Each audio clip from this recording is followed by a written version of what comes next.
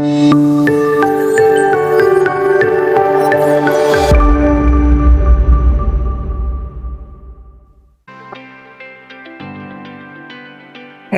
Assalamualaikum warahmatullahi wabarakatuh. Selamat sore. Kita bertemu lagi dalam video pembelajaran filsafat ilmu lanjutan. Pada kali ini, kita akan membahas tentang paradigma penelitian manajemen.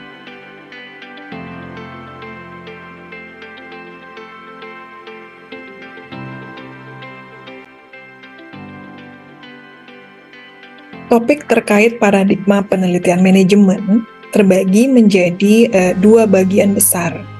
Kali ini saya akan membawakan bagian kedua, sedangkan bagian pertama sudah dicantumkan pada link yang tertulis pada caption di bawah ini. Pada bagian kedua ini kita akan melihat a more reflexive approach toward management research sebagaimana tertulis di dalam buku Johnson and Dubberly pada tahun 2000 yang lalu. Pada awal paragraf di buku tersebut ada sebuah kalimat menarik yang dituliskan oleh Zollo pada tahun 1990.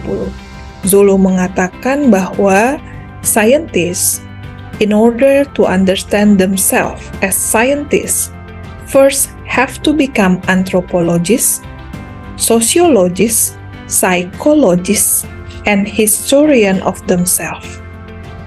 Kalimat ini menjadi sangat menarik dan berarti sangat dalam, bahwa seorang peneliti untuk bisa menghasilkan karya yang baik, maka di dalam dirinya juga harus bisa bertindak, berpikir sebagaimana seorang antropolog, sebagaimana seorang sosiolog, bagaimana seorang psikologi, dan bagaimana seorang ahli sejarah. Mengapa demikian? Kita akan lihat paparan selanjutnya.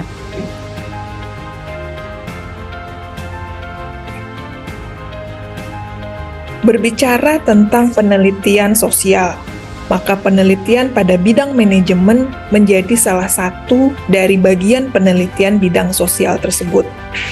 Riset pada bidang manajemen dan organisasi dapat dilakukan dengan banyak cara, sehingga menjadi suatu tantangan tersendiri untuk dapat menentukan cara terbaik untuk melakukan riset tersebut. Penting juga untuk diketahui bagaimana cara mengukur relevansi dari hasil riset yang ternyata juga berbeda-beda. Johnson and Dubberly tahun 2000 menyatakan bahwa terdapat banyak variasi yang dapat digunakan dalam melakukan hasil riset. Untuk memilih yang paling tepat, maka sangat bergantung dari epistemologi yang dipilih. Untuk memahami bagaimana cara terbaik dalam melakukan riset manajemen, kita sedikit kembali ke belakang terkait dengan filsafat ilmu manajemen. Dalam filsafat ilmu manajemen, menurut Meir dan Greenwood tahun 2015, maka dinyatakan terdapat 4 elemen penting dalam filsafat. Yang pertama adalah ontologi, yang kedua adalah epistemologi, yang ketiga adalah metodologi, dan yang keempat adalah etika. Ontologi membahas apa yang ingin diketahui, seberapa jauh kita ingin tahu, atau dengan perkataan lain, suatu pengkajian mengenai teori tentang ada. Sementara epistemologi adalah teori pengetahuan yang mengulas tentang bagaimana cara mendapatkan pengetahuan mengenai objek tersebut. Metodologi merupakan seperangkat asumsi ontologis dan epistemologis yang rumit yang dibawa oleh seorang peneliti ke dalam penelitiannya. Sedangkan etika terkait dengan moral yang disasumsikan oleh para pelaku dan peneliti di dalam organisasi, serta harus dinyatakan secara eksplisit dalam tindakannya. Memperhatikan 4 hal yang disebutkan di dalam falsafah atau filsafat ilmu manajemen, maka hal yang harus digarisbawahi oleh semua para peneliti bidang manajemen adalah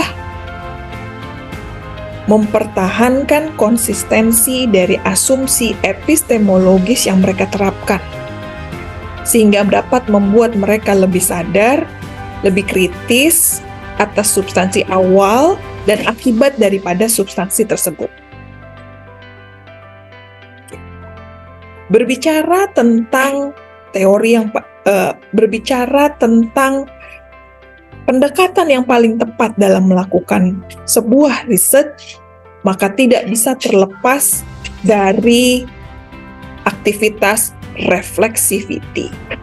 Atau jika di bahasa Indonesiakan, ini menjadi refleksivitas. Reflexivity pada Cambridge Dictionary diartikan sebagai the fact of someone being able to examine their own feelings, reaction, and motives, and how this influence what they do or think in situation. Jelas bagi kita sekarang berdasarkan definisi ini bahwa refleksivitas harus dimiliki oleh setiap peneliti, sehingga mereka menjadi paham dalam menentukan pendekatan apa yang paling pas digunakan untuk memecahkan permasalahan penelitian. Refleksi menjadi hal yang penting. Hal ini telah disebutkan oleh Beck 1992, Bourdieu 1990, Holland 1999, Wallner 1991, Sandy Wells 1996, serta Steyer 1991. Holland pada tahun 1999 menyatakan bahwa refleksivitas adalah kemampuan manusiawi yang tidak dapat dicabut yang menentukan keberadaan kita.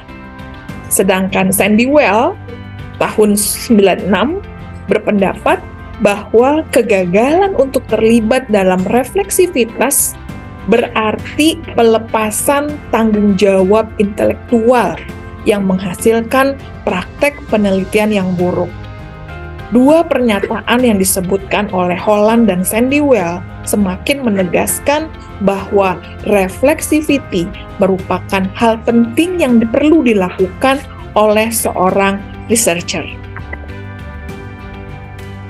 Bicara tentang reflexivity, maka Harding pada tahun 1987 membagi reflexivity ini ke dalam 2 tipe.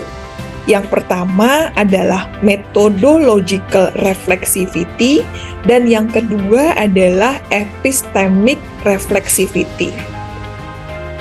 Kita akan bahas satu persatu. Methodological reflexivity dilakukan dengan cara pengamatan terhadap lingkungan sosial dengan menerapkan prinsip-prinsip penelitian. Refleksivitas ini bertujuan untuk meningkatkan kualitas penelitian dengan penyajian yang lebih akurat melalui lompatan teknologi. Sedangkan epistemic reflexivity dilakukan dengan cara menghubungkan hasil penelitian dengan ilmu pengetahuan serta dampaknya terhadap keyakinan peneliti yang dipengaruhi oleh habitat di mana penelitian itu dilakukan. Hal ini dijelaskan oleh Bourdieu pada tahun 1990. Bicara tentang reflexivity dan kaitannya dengan research management bahwa untuk memahami kaitan antara refleksivitas dalam penelitian manajemen, maka penting untuk memahami posisi dari setiap pendekatan epistemologi. Yang paling mudah adalah dengan melihat matriks berikut ini.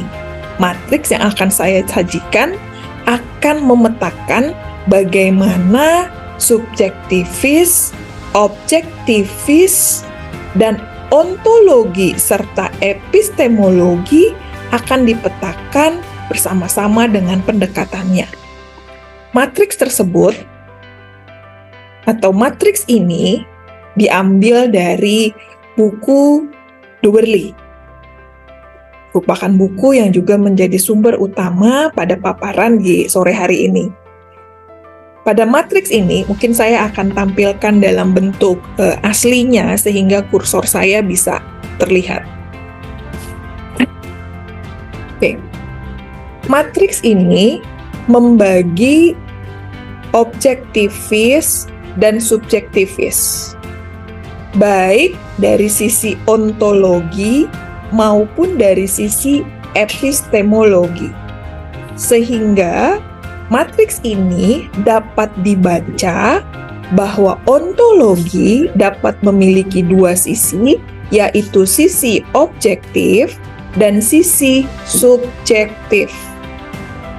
Sementara epistemologi juga dibagi dalam dua bagian, objektivis dan subjektivis.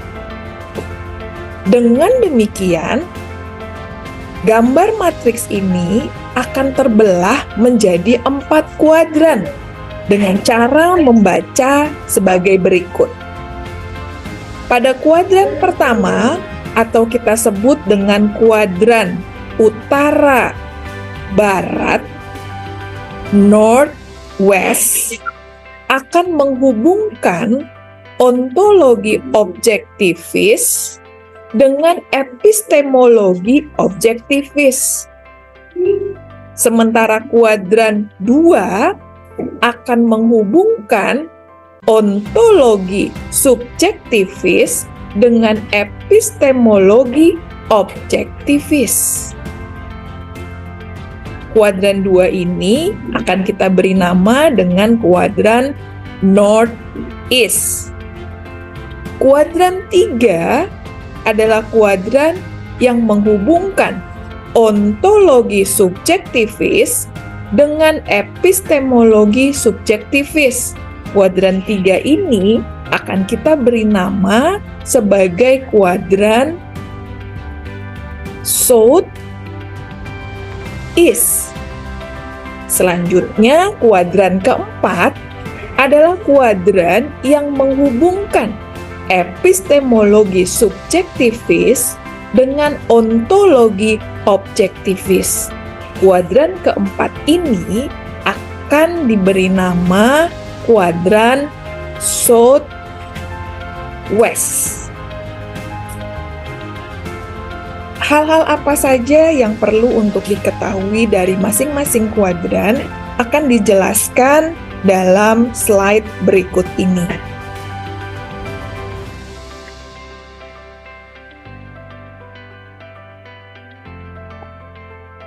Objectivist view of epistemologic view menerapkan teori netral dan dapat mengakses dunia luar secara objektif. Oh ya, sebelum kita masuk kepada hal-hal apa saja yang ada atau perlu diketahui di dalam tiap kuadran, maka ada baiknya kita memahami terlebih dulu apa arti dari masing-masing istilah. Kalau tadi kita sebutkan ada objektivis epistemologi, subjektivis epistemologi, objektivis ontologi, dan subjektivis ontologi, maka akan sangat memudahkan kalau kita memahami terlebih dulu maksud dari setiap kosakata tersebut. Objektivis epistemologi atau secara panjang kita sebut dengan objektivis view of epistemology view adalah sebuah pandangan yang menerapkan teori netral, di mana pada teori ini dunia luar dapat diakses secara objektif. Sementara subjektivis epistemological, atau secara panjang kita akan sebutkan subjektivis view of epistemological view, ini terkait dengan bagaimana pengalaman seorang individu akan mempertajam persepsinya terhadap dunia. Berikutnya adalah objektivis ontologi, atau panjangnya kita bilang objektivis view of ontology view. Pandangan ini mengasumsikan bahwa lingkungan sosial dan realitas alam itu telah ada sebelum manusia menyadarinya. Terakhir adalah subjektivis ontologi. Pandangan ini mengasumsikan bahwa apa yang dianggap sebagai realitas sebenarnya merupakan proses kognitif manusia.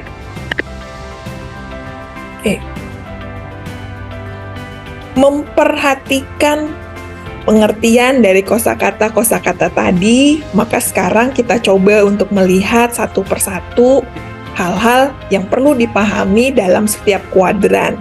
Kuadran pertama, Northwest. Kuadran ini menghubungkan objektivis ontologi dengan objektivis epistemologi. Pendekatan epistemologis yang digunakan dalam kuadran ini adalah positivism dan neo-positivism.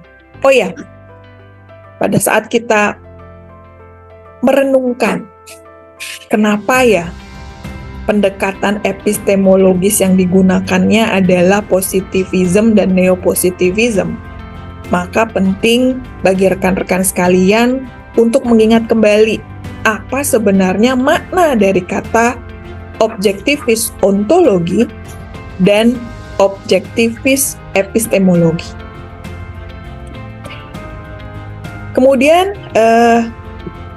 positivism dan neo-positivism ini keduanya diciptakan berdasarkan pengamatan sensorik atas objek sosial yang diamati dengan menerapkan teori netral. Namun, meskipun sama-sama seperti itu, antara positivism dan neo-positivism ada perbedaannya. Neo-positivism berpendapat bahwa untuk dapat memahami perilaku manusia dengan baik, maka si researcher harus memiliki akses atas subjektivitas dari aktor yang diamati. Melalui teknik apa? Verstehen.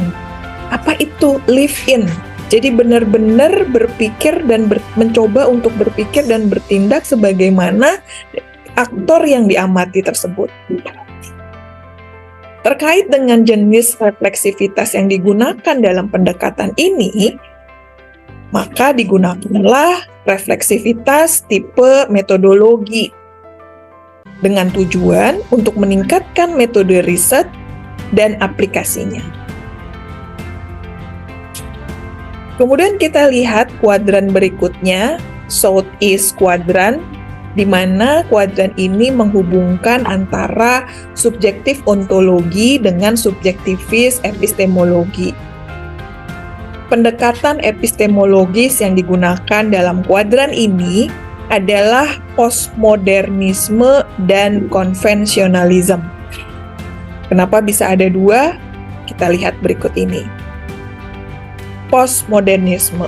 Jika kita bicara tentang postmodernisme, maka ingatan kita akan sampai pada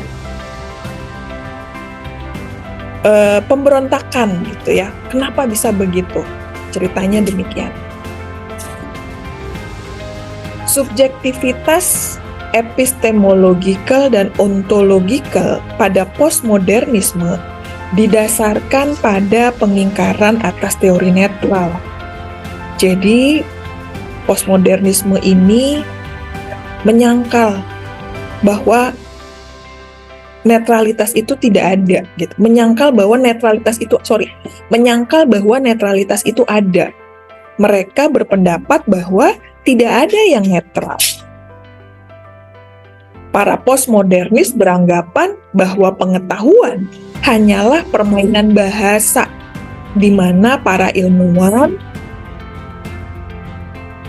dan proses observasi dari ilmu pengetahuan itu sendiri saling terkait erat. Berangkat dari pemahaman ini bahwa ilmu adalah permainan bahasa, maka para peneliti postmodernisme juga sangat terbuka atas kritik. Mereka sadar bahwa tidak ada yang benar secara hakiki. Kritik yang diterima diyakini oleh para peneliti postmodernis sebagai sebuah upaya untuk meningkatkan refleksivitas dirinya. Para postmodernis memberikan hasil penelitian yang bermanfaat pada bidang manajemen. Ada banyak penelitian yang sudah dihasilkan oleh para peneliti postmodernisme. Refleksivitas yang dihasilkan oleh para postmodernis ini ada yang bersifat silent, ada juga yang bersifat hyper reflexivity. Baik diungkapkan secara silent ataupun hyper reflexivity, para postmodernis yakin bahwa reflexivity adalah suatu proses tanpa akhir. Kemudian, konvensionalisme. Dilihat dari matriks, maka konvensionalisme berada pada posisi di tengah-tengah, tidak murni di dalam kuadran southeast, tetapi hanya separuhnya. Mengapa demikian? Karena pada perjalanannya para subjektivis ontologi dan para subjektivis epistemologi itu bergerak ke arah objektivis ontologi. Itu sebabnya maka arah pergerakan ini menuju kepada konvensionalisme. Holland tahun 1999 menyatakan bahwa para konvensionalis tidak membandingkan paradigma yang tidak sepadan. Mereka melakukan perbandingan atas paradigma yang sepadan. Dengan demikian, dapat menambah pemahaman atas sebuah realita baik secara metodologi maupun reflexivity epistemiknya.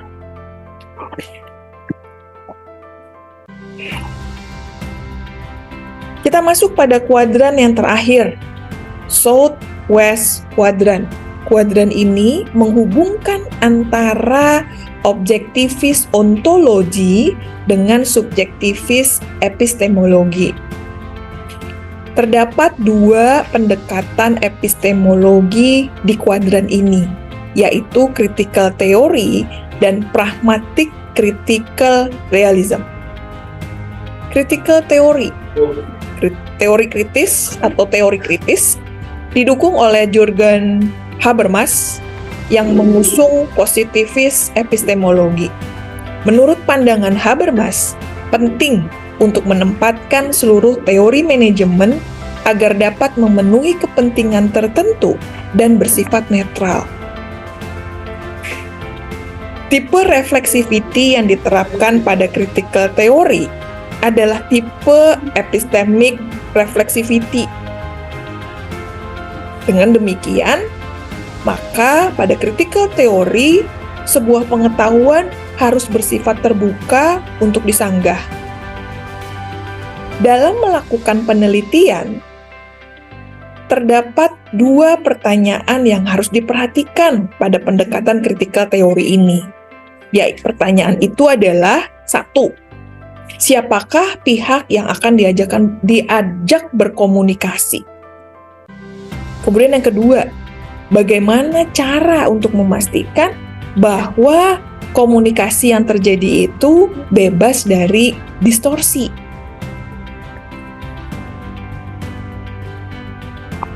Sedangkan pragmatic critical realism sebenarnya hampir sama dengan critical theory.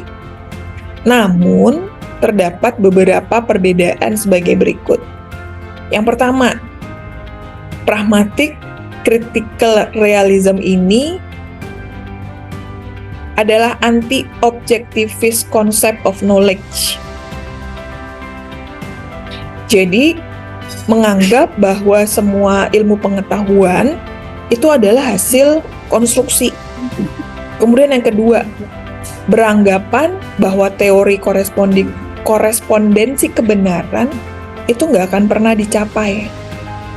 Lalu yang ketiga, cara untuk mengevaluasi kebenaran yang menghindari relativisme dan objektivisme adalah melalui keberhasilan atau kegagalan praktisnya. Yang keempat, pragmatic critical realism beranggapan bahwa sebuah perselisihan itu tidak dapat diselesaikan. Jadi akan terus-menerus ada, terus-menerus tidak pernah selesai. Yang terakhir, pragmatic critical realism ini menekankan peran epistemic reflexivity dalam melahirkan bentuk praktek baru pada realitas yang baru.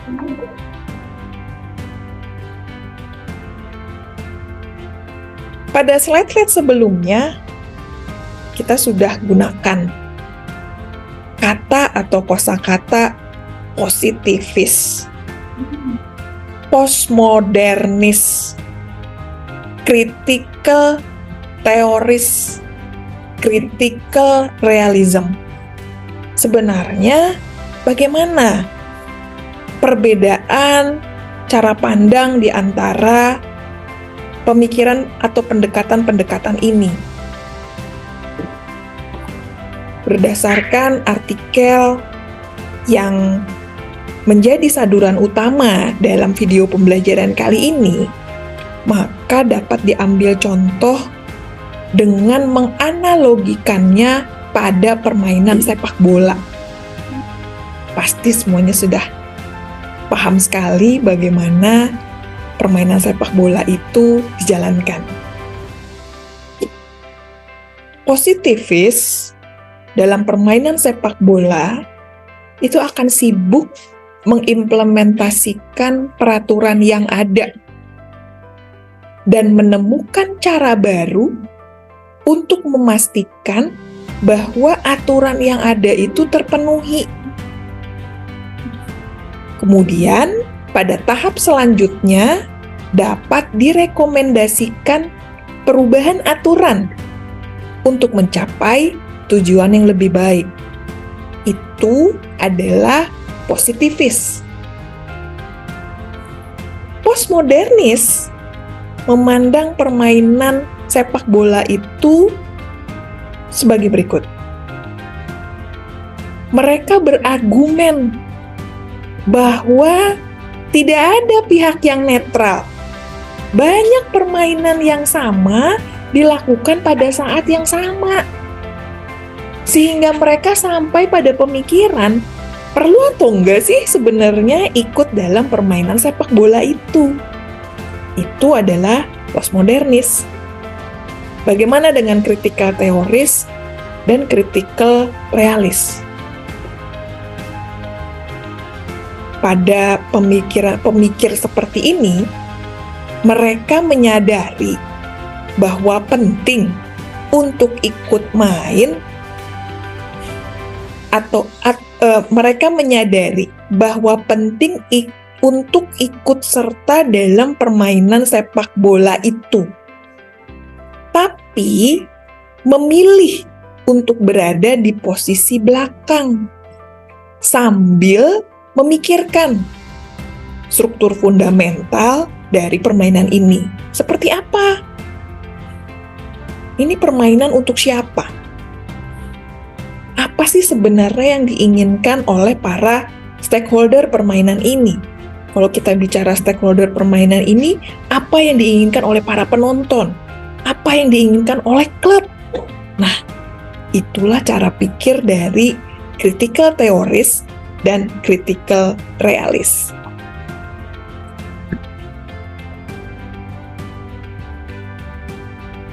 Pada tabel berikut, tabel ini merupakan summary dari apa yang sudah kita bicarakan tadi di depan. Bahwa epistemological approach berupa positivism dan neopositivism itu menggunakan tipe reflexivity-nya metodologi.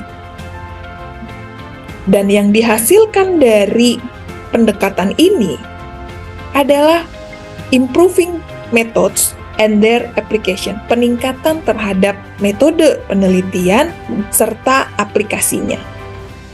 Sementara pendekatan epistemologi berupa critical theory ataupun critical realism menggunakan pendekatan reflexivity epistemik dan fokus pada exposing interest, enabling emancipation through self-reflexivity, memberikan kesamaan hak untuk mengungkapkan apa yang dipikirkan dari diri seorang peneliti, kemudian participation of those being researched, serta importance of praxis. Kemudian epistemological approach berikutnya adalah postmodernism 1 dan 2 dengan pendekatan refleksivitas hyperreflexivity ataupun impossibility of reflexivity. Ini adalah dua hal yang saling bertentangan. Pada hyperreflexivity, reflexive deconstruction of own practice and danger of relativism, serta recognition of the impossibility of pure knowledge. Is it conservatism or silence? Dengan berakhirnya slide ini, maka selesai sudah bahasan kita di sore hari ini terkait dengan reflexivity in research management. Semoga bermanfaat. Sampai ketemu lagi. Wassalamualaikum warahmatullahi wabarakatuh.